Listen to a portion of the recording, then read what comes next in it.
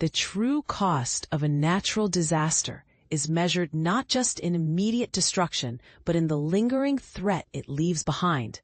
This is the grim reality facing Vietnam and Thailand in the wake of Typhoon Kajiki, a storm that has tragically claimed 8 lives and now threatens to unleash even more devastation through catastrophic flooding. But here's the part that often gets overlooked. The aftermath of such a storm can be just as dangerous as the initial landfall, a fact that thousands of residents are now being forced to confront. Authorities confirmed on Wednesday, August 27th, that the typhoon and the severe flooding it triggered have resulted in 8 fatalities. The impact was felt across both nations, with 7 lives lost in Vietnam and 1 in Thailand. The storm initially struck Vietnam on Monday afternoon with significant force before it weakened into a tropical depression. However, don't let the term weakened fool you. This shift in intensity often means widespread torrential rain, which is precisely what has happened, leading to destructive flooding and landslides across the region. In Thailand, the Department of Disaster Prevention and Mitigation reported that relentless heavy rains have caused severe flooding and triggered landslides in 8 separate provinces.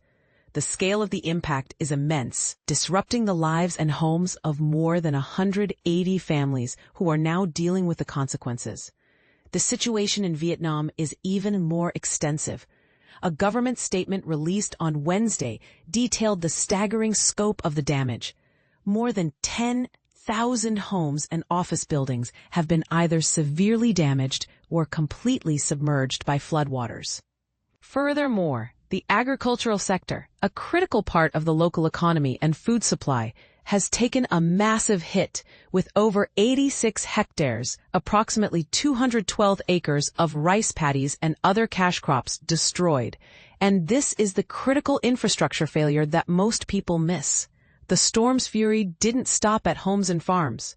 It knocked down crucial electricity poles, resulting in widespread blackouts. This loss of power is currently affecting a staggering 1.6 million people, with the central provinces of Ha Tinh and Nghệ An bearing the brunt of the outage. This creates a secondary crisis, hindering communication, access to clean water, and medical services.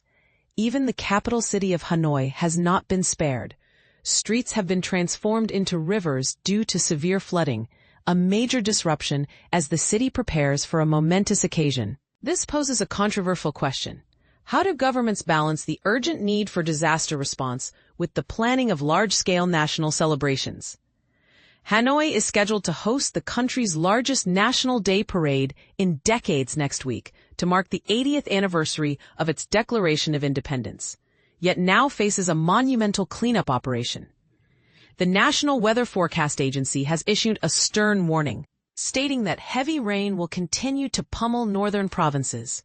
Some areas are anticipated to receive a deluge of up to 70 millimeters, nearly 3 inches of rain, in just 3 to 6 hours.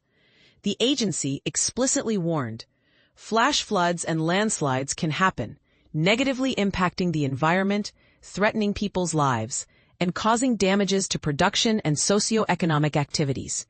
It's worth noting that before reaching Vietnam, Typhoon Kajiki first skirted the southern coast of China's Hainan Island on Sunday. Its approach was powerful enough to force the popular resort city of Sanya to take drastic precautionary measures, including shutting down businesses and suspending all public transportation to protect residents and tourists.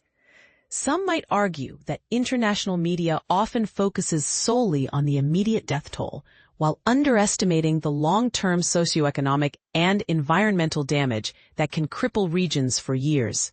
What do you think? Is the world paying enough attention to the prolonged recovery phase after the headlines fade?